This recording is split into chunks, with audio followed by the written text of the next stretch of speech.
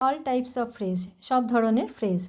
5 ধরনের ফ্রেজ আছে: noun, verb, adverb, adjective and preposition phrase.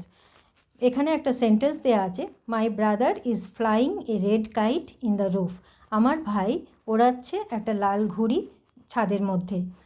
এই সেন্টেন্সটার মধ্যে দিয়ে আমরা দেখব এর মধ্যে কী কী ফ্রেজ রয়েছে। এখানে মাই ব্রাদার হচ্ছে একটা সম্পর্কের নাম, সেই জন্য এটা নাউন ফ্রেজ হয়েছে।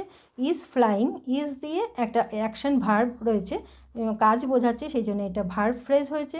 এ রেড কাইট, একটা লাল ঘুড়ি, যদি শুধু এ কাইট হতো তাহলে এটা নাউন ফ্রেজ হতো। আর যেহেতু কীরকম ঘুড়ি না লাল ঘুড়ি, রেড কাইট, কাইটটার গুণ দোষ বা কোয়ালিটি বর্ণনা করছে, সেই জন্য এটা অ্যাডজেক্টিভ ফ্রেজ হয়েছে। অ্যাডজেক্টিভটা কি, যেটা কোনো কিছুর দোষ গুণ বা কোয়ালিটি বর্ণনা করে, সেটা হচ্ছে adjective phrase. In the roof মানে ছাদের মধ্যে, যেহেতু ইন আছে সেই জন্য এটা প্রিপোজিশন ফ্রেজ হয়েছে। যদি শুধু দ্য রুফ থাকতো তাহলে এটা নাউন ফ্রেজ হতো।